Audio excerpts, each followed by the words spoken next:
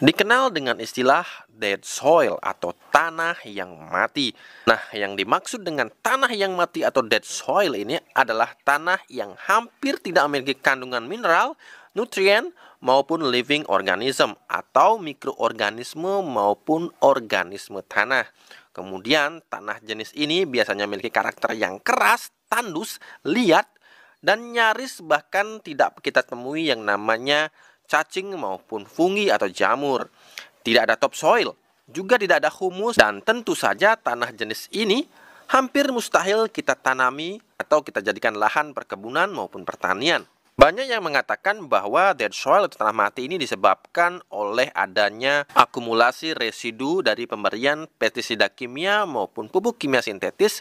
Akan tetapi beli di sini harus mengatakan pengertian yang lebih menyeluruh, lebih kompleks. Di sini kita tidak boleh hanya menyalahkan tanah yang mati ini atau tanah yang tidak subur ini hanya semata-mata karena pemberian pupuk kimia sintetis. Akan tetapi sahabat, ada banyak sekali sebab sehingga di sini beli membaginya menjadi dua. Yang pertama adalah ya karena damage soil atau tanah yang menjadi rusak karena kesalahan kita manusia dalam mengelolanya. Kemudian yang kedua juga dead soil disebabkan oleh nature dead soil. Jadi tanah yang memang secara natural memang tidak layak untuk ditanami. Misalkan sahabat, tanah jenis laterit. Nah, tanah jenis ini banyak juga ada di Indonesia. Tanah jenis ini tidak subur sama sekali dari sononya sahabat, karena banyak mengandung zat besi dan aluminium.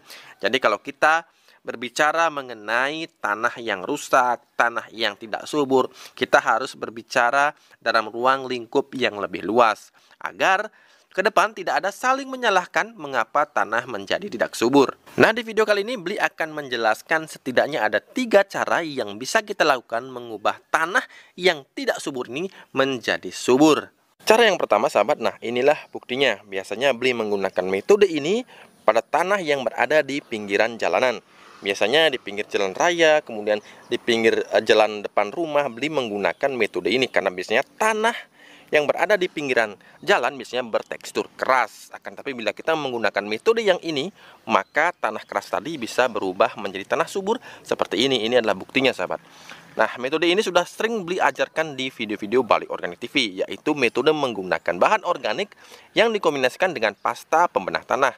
Sudah banyak video Beli buat, juga update-nya mengenai hal ini. Nah, cara ini sudah banyak dipraktekkan oleh sahabat kita di Bali Organik TV Official Group Facebook. Salah satunya adalah Bapak Tri Irawan Ihwan.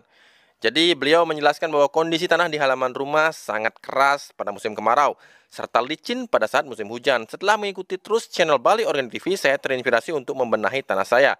Alhamdulillah setelah mengikuti arahan dari Beli, tanah saya bisa gembur seperti di video tersebut. Terima kasih Beli sudah menginspirasi saya untuk membenahi tanah di halaman rumah.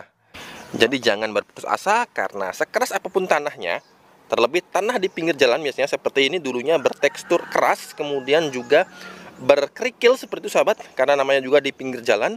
Jadi memang tanah di pinggiran jalan seperti ini biasanya sangat berbatu. Nah, kemudian caranya bagi sahabat yang belum pernah menyaksikan, silahkan saksikan videonya.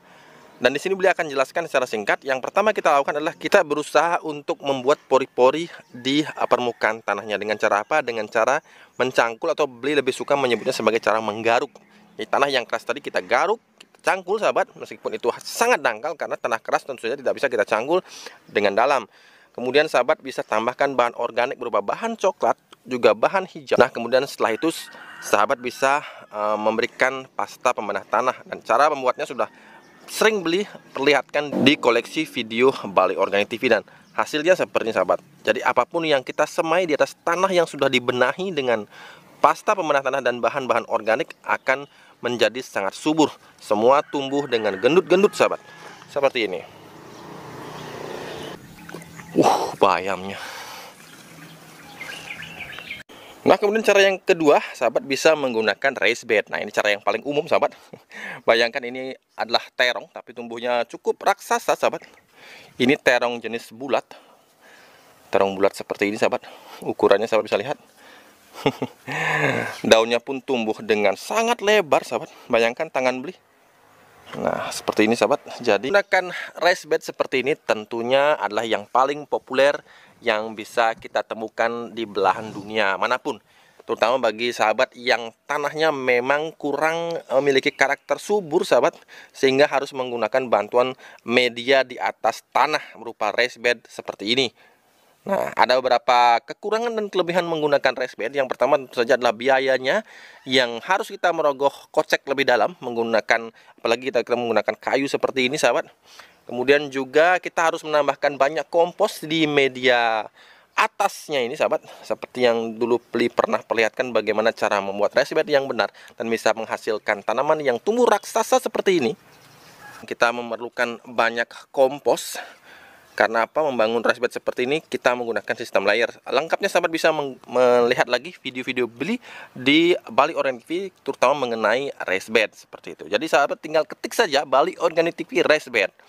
Bila sahabat ingin mengetahui tema yang lain, sahabat tinggal mengetik Bali Organic TV kemudian tema yang lain, dan akan muncul videonya karena sudah lebih 300 video di channel ini sahabat.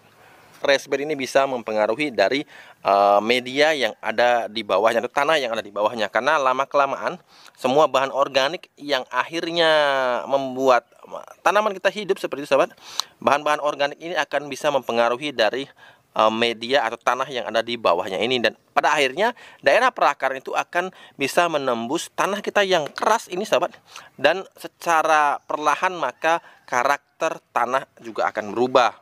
Nah, kemudian yang ketiga adalah pembenahan tanah dengan menggunakan bantuan tanaman yang berjenis legum atau kacang-kacangan sahabat, dan ini sudah dibuktikan oleh sahabat beli yang juga subscriber setia Bali Organic TV. Jadi sahabat beli ini menanam di lahan yang tidak subur sahabat, dimana awalnya sahabat beli ini ingin merubah metode pertaniannya menjadi 100% organik. Nah, beli menyarankan tanam saja tanaman-tanaman dari keluarga kacang-kacangan. Sahabat beli menanamlah kacang tanah, dan kemudian perawatan kacang tanahnya pun tanpa menggunakan kompos dan tanpa bahkan menggunakan pupuk sama sekali.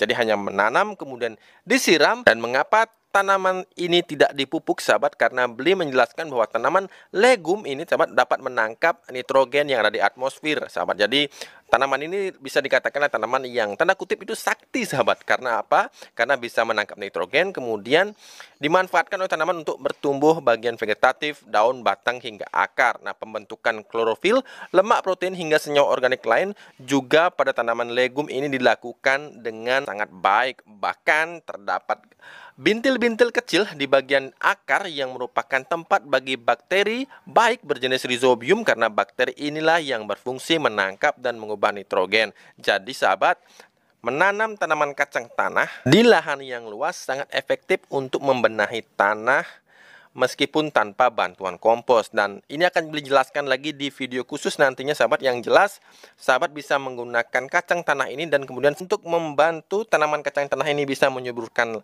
lahan kita dengan lebih cepat, beli sarankan sahabat menggunakan biang kompos. Caranya adalah dengan mencampurkan 1 sendok makan biang kompos kepada 16 liter air. Jadi sangat irit sahabat ya, 1 sendok makan untuk 16 liter air. Kemudian sahabat bisa semprotkan di lahan kacang yang sahabat tanam. Lakukan hal tersebut setiap 1 minggu sekali, dan pada akhirnya ketika panen nanti maka lahan kita sudah kaya dengan mikroorganisme baik.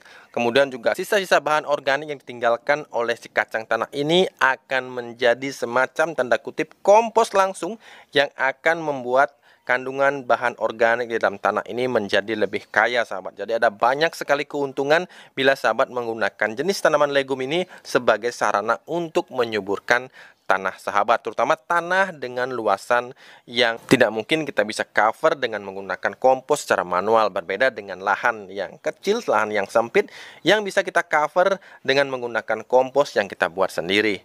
Nah, mengapa beli menyarankan menggunakan biang kompos juga sahabat? Karena biang kompos ini sudah terbukti sahabat secara empiris membantu pertumbuhan tanaman di fase vegetatif maupun generatif. Salah satunya adalah dari atau testimoni yang dilakukan oleh salah seorang floris. Di sini ada Gracia Floris, nah posting 3 hari yang lalu.